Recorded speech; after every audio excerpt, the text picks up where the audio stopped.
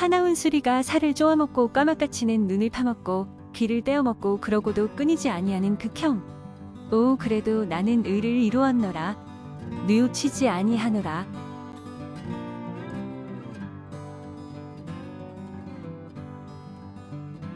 오늘의 한국명작의 산책은 한말, 개화기, 식민지라는 3대에 걸친 회한, 채만식의 재약 날입니다. 1937년 10월 초순 70세의 최 씨는 내일로 다가온 남편의 재향을 준비하는데 집안은 온갖 풍상을 겪은 듯 황량하며 최 씨의 마음도 옛날을 쫓듯 시름에 졌습니다. 벌써 이 제사가 42회째로구나. 42회. 엊그제 갔더니 어느 결에 42회라니. 42회가 되고 내 나이 70이고 70살. 많이도 살았다. 27살 때에 내가 그 지긋지긋한 일을 당하고는 새파란 청산과부로 자식 남매를 길러가면서 울면 사느라고 이 나이까지 살았으니 올해도 살고 말고 작년에는 이 제사를 내 손으로 다시 지내랴 했더니 그래도 죽지 않고 한 번 더 지내기는 지낸다.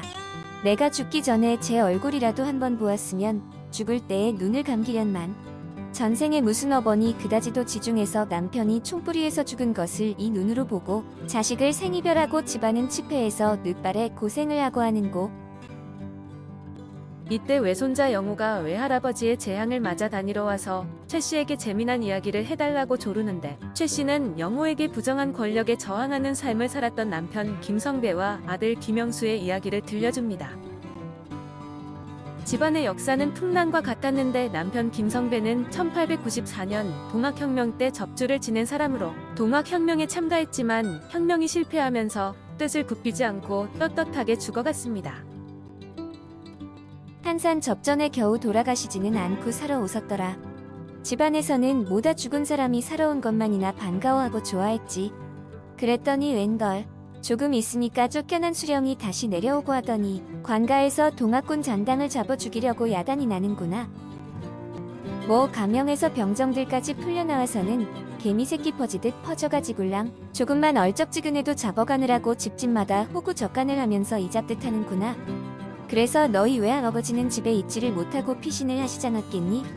아 그랬더니 아들을 못 잡은 대신 너희 외증 조할아버지를 60이 넘은 노인을 그 볼모로 잡아다가 옥에 가두고는 동학 접주한 아들을 내놓으라고 매일같이 주리를 틀고 문초를 하는구나.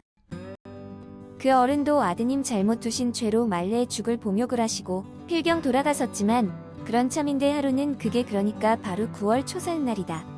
저녁 때 땅거미가 어슬어슬 지려고 할 땐데 글쎄 뜻밖의 너희 외할아버지가 어엿하게 집에를 돌아오시잖겠니?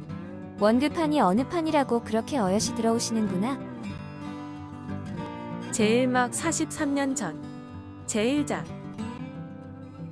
성배의 팔을 잡아다린다. 글쎄 어떡하자고 이 사지를 어엿하게 들어온단 말이냐. 괜찮아요.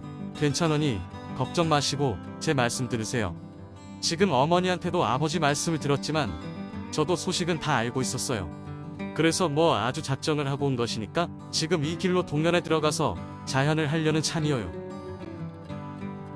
성배는 어머니의 만류에도 불구하고 어머니에게 하직 인사를 드리고 집으로 들이닥친 병졸들에게 잡혀가게 됩니다. 그럴 수 없어요. 자식 때문에 육심 놓치니 그런 액경을 당하시고 필경 비명에 돌아가신 데서야 될 말인가요? 제가 저지른 일이 아니라고 늙으신 아버님을 위해서는 자식된 제가 일을 당해야 할 텐데 항차 저 때문에. 제2장 형방 대뜰 밑으로 김성배 외에 두 사람의 동학당원이 결박을 진 채 끌어앉았고 그 뒤로 병정들이 정렬에 서 있으며 좌우로는 겁먹은 남녀노소들이 서 있는데 김성배의 모친도 부축을 받아 그 중에 섞여 있습니다. 죄 지은 사람이면 그저 잡아다가 매를 때리기 아니면 귀양을 보내기, 그렇지 않으면 작두로 목을 쓸어 죽이든지 총으로 쏘아 죽이든지 그렇지. 그래서 너희 외아버지도 그날 그러니까 그게 바로 9월 9일날 내일이다. 내일 오때나 되어서 촌에서 붙잡혀 온 다른 동학군 둘하고 같이 셋을 한꺼번에 총으로 쏘아 죽인다고 사정으로 끌고 나와서는 성배가 자수를 해서 들어갔지만 성배의 아버지는 그 뒤에도 한 달이나 있다가 뇌물을 주고 나서야 곤장을 40대나 때린 후 석방되는데 결국 옥에서 나와 보름 만에 죽게 됩니다. 제3장 결국 성배는 다른 동학원 2명과 함께 시천조조화정 영세불망만사지라는 동학의 구호를 읊고 사형을 당하게 됩니다. 그래서 너희 외아버지는 그렇게 모진 죽음을 하시고 연거푸 열을 남짓해서 너희 외징 조할아버지마저 돌아가시고 그러고 나니 집안이 아주 야지없이 망해버리는구나. 뭐 푹 망했지 폭 망했어. 그래서 그때부터 심하로 눈이 먼 너희 외징 조할머니하고 나하고 늙은 과부 젊은 과부 쌍과부가 쌍으로 앉은 상청에서 밤이나 낮이나 눈물로 세월을 보내더란다. 그러자 그의 동지달에는 내 뱃속에 들었든 내 어멈이 그게 어떻게 된 세상인지도 모르고 부둥부둥 머리를 두르고 나오는구나. 그래서 그때 겨우 제돌이 지내간 내 외삼촌하고 갔나니 내 어머머고 그렇게 둘을 데리고 또 앞 못 보시는 너희 외징 조할머니를 모시고 내가 새파란 청산과부로 살아 가자니 그게 오죽했겠느냐? 그래도 그때는 다행히 땅이 한 100석 추수거리나 남아서 그걸 도조로 내준다 치면 만만하다고. 도조를 잘라 먹기가 일수고 그 밖에 내가 경난하던 일을 어떻게 이루다 이 얘기를 하니? 그러느라고 내가 이 머리가 50도 못 되어서 이렇게 쉬었더란다. 그러자 또 3년 만에 병신년엔지 너희 외징 조할머니마저 돌아가시고 그 뒤에는 나 혼자서 내 어멈 남매를 데리고 울면불면 살아가지를 않겠겠니? 그것들이 어려서 풍상을 겪은 깐으로는 별로 탈이 없이 놀 것도 없이 잘 자라주어서 그래 그것 하나가 마음을 부리게 해주었더니라. 영호의 외삼촌이 되는 아들 김영수는 김인현 3.1 운동을 주도하다 실패한 후 쫓기는 몸이 되어 독립운동을 하러 상해로 떠났으나 18년이 지나도록 소식이 없습니다. 그해 내 외삼촌이 그러니까 그게 아마 김인현 2월 초생인가 보다. 내 외삼촌이 한 열흘이나 가게 보던 것을 철가를 해버리고는 밤낮으로 불이 나게 나돌아다니는구나. 그렇게 나돌아다니다가는 또 어느 때는 친구들을 몇씩 데리고 들어와서 내 외숙모는 안방으로 쫓아버리고 건넌방에 모여 앉아서 수군수군하고 밤을 새우고. 제2막 25년 후 제1장 순사는 적고 그 적군들 많으니까 마치 떼새에 매놓은 것처럼 어쩔 줄을 모르더라. 그런 뒤에 며칠이 지나서 내 외삼촌은 붙잡히게 되니까는 도망을 해버렸지. 그저 할 일 없이 가보년에 너희 외아버지가 겪던 그 꼴이야. 그러자니 가게 보던 것은 아주 거들이 나발이고 논문서를 잡힌 것도 그해 5월까지가 기한인데 할 수 없이 떠내려가 버리고. 제2장 육장론을 팔아서 돈을 보내달라고 편지를 해서 한 번에 10말지기도 팔고 닭 말지기도 팔고 그렁그렁 10년지간에 논 150말지기를 다 팔아서 그 뒤를 대고. 그런 전장이야 다 제가 객지에서 요긴하게 쓰느라고 바로 없앤 것이니까 원통할 것은 없지만 글쎄 그러니까 그게 어느 해냐? 경오년이지. 경오년 이 짝으로 8년째 나는 통이 소식조차 없구나. 그러니 답답할 게 아니냐? 죽었는지 살아있기나 한지. 최 씨의 이야기가 끝나갈 무렵 김성배의 산소에 갔던 영호의 외사촌 형인 상인이 돌아와 영호를 반가워합니다. 상인은 영호에게 영원히 받을 고초를 감수하면서도 인간에게 불을 전해준 프로메테우스의 신화를 이야기해주고 최 씨도 집안 대대로 간직해온 불씨의 소중함을 일깨워줍니다. 불은 거룩한 것이라서 버러지같이 땅 위에 기어다니는 인간들한테는 그런 거룩한 것을 주어서는 안 된다는 거야. 그런데 하느님 신화의 프로메테우스, 프로메테우스라는 뭐라고 하고? 프로메테우스라는 시령님 하나가 있는데 하루는 가만히 이 땅 위를 내려다보니까 사람들이 말이야 치운 겨울에 얼음판 위에다 모다 아들아들 떨고 있거든. 그걸 보니까 프로메테우스가 어찌 불을 하늘에 다가만 두고 불쌍한 인간들은 저렇게 고생을 시킬까 보냐고. 에라 이건 이럴 게 아니라고. 살그머니 하느님 몰래 불을 훔쳐내었지 않았겠니? 들키면 병이야. 그래서 불을 그렇게 훔쳐가지굴랑 인간들이 있는 땅 위로 청내려왔단 말이지. 제3막 제1장 그런데 말야 그 뒤에 하늘에서 하느님이 가만히 내려다보니까 인버러지들이 불을 가지고 있겠지. 그래서 하느님이 그만 노발대발 역정이 나서 어떤 놈이 내 거룩한 불을 훔쳐다가 저놈들 인버러지를 주었단 말이냐고. 인제 저것들을 불을 가지고 웬갓 짓을 다 해설랑은 오라자너 하늘까지 올라와서 내 턱을 쳐받들어 들 테니 이럴 수가 있단 말이냐고. 제2장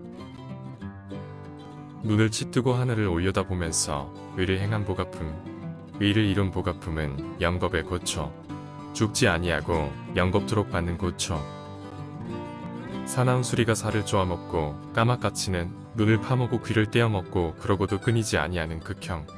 천둥소리 우르릉거리고 번개를 친다. 폭우가 내린다. 폭우 그치고 강풍이 분다. 강풍이 그치고 눈이 내린다. 오 그래도 나는 의를 이루었노라. 뉘우치지 아니하노라.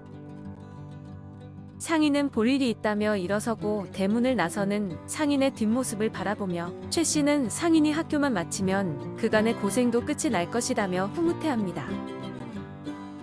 어여 하루 바삐 공부를 다 하고 와서 장가나 들고 자식이나 낳고 그래서 편안히 살아가게 해라. 믿느니 그것뿐이다. 그런 최 씨에게 영호는 학교에서 들었다며 상인이 형이 사회주의를 한다고 말하는데 사회주의가 뭔지도 모르는 최 씨는 그저 앞날에 대한 희망을 얘기할 뿐입니다. 고럼 아마 돈 없이 고학한다는 말인가 보구나. 그렇다면야 어떻니? 그렇게 고학을 해서라도 공부만 착실히 잘해서 장하게 되어가지고 잘 살면 그만이지. 밤 담겨있는 그릇을 들여다보고 인제는 다 벗겼다. 그새 이 얘기를 하느라고 벗기는 줄 모르게 밤을 벗겨서 물에 담근 그릇을 들여다보고 많이도 벗겼다. 마지막 벗기던 밤을 물에다 단방 담그면서 내가 옛날 노구할 밑본이다. 노구할미가 상전에 벽해 드는 것을 보고는 입에 물었던 대추씨 하나를 뱉어놓고 벽해가 상전이 되는 것을 보고는 또 대추씨 하나를 뱉어놓고 연애 그런 것이 대추씨가 모여서 큰 산이 되었다더니 나도 이 얘기를 하는 동안에 밤을 이렇게 많이 베껴놓았구나. 바깥을 우두커니 내어다보면서 구름도 허연게 탐스럽게도 흩어진다. 제약날.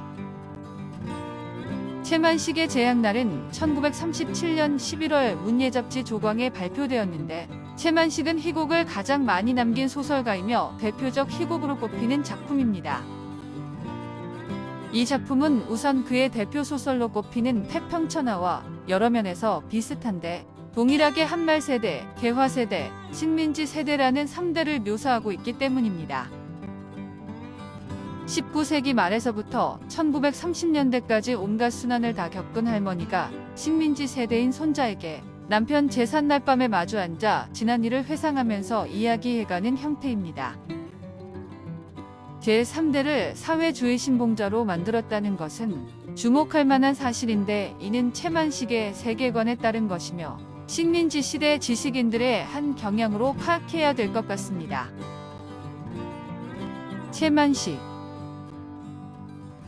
채만식은 1902년 전라북도 옥고에서 출생했으며 인피보통학교를 졸업한 뒤 상경의 중앙고등보통학교를 1922년에 졸업했고 일본 와세다 대학 부속 제1와세다 고등학원에 입학했으나 중퇴했습니다. 그 뒤 조선일보사, 봉화일보사, 개벽사 등의 기자를 지냈으며 1936년 이후는 직장 없이 창작 생활만을 했는데 1945년에 인피로 낙향했다가 다음해 1위로 옮겨 1950년에 폐결핵으로 사망했습니다.